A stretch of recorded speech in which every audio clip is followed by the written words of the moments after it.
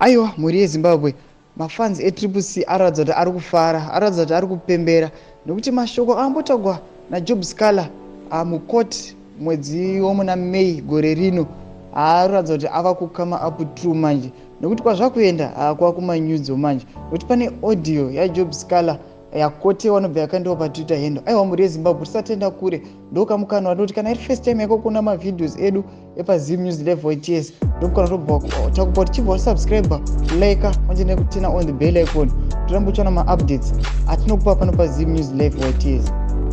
Aiwa, mhuri yeZimbabwe, pana pachinyaya yakamira kudai so zviratidza kuti musi wa3 May 2023 Job Sikhala ari mukoti pane mashoko aakataura, saka regai ndimataure semanyorerwo akaitwa.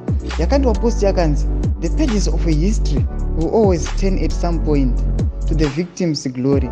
It may take decades, even centuries, but the truth shall come out.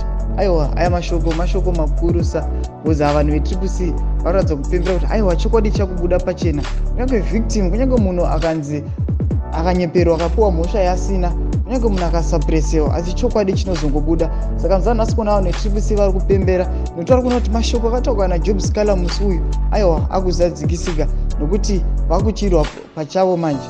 Vakuchona kuti vanhu veZanu PF zvavaizama kuita vakakonewa nokuti zvakuchingobuda pachena. Aiwa, mhuri yeZimbabwe, taona vazhinji vachikomenda kupost iyi. Saka kune mumwe auya akapindura akati true hero, unobva apindura akati powerful statement. Havanyatsi kuratidza kuti zvaari kunyatsi kutaura ichi ichokwadi, vanyatsi kuona kuti apa Job Sikhala ainyatsi kutaura ende anga asingatotambi. Aiwa, mhuri yeZimbabwe, ndomukana wandokupaika kuti mubve machipa maonero enyu kuti munoti kudii pamusoro penyaya iyi, kupfurikidza nopinda mucomment section motipa view yenyu maonero enyu. Musingakangani kusubscribe, kulike pamwechete nekutina on the bell icon. Timurambe kushana ma-updates atinokupai pano paZim News Live YTS. Tatenda mhuri yeZimbabwe, kusangana vhidhiyo redu rinotevera.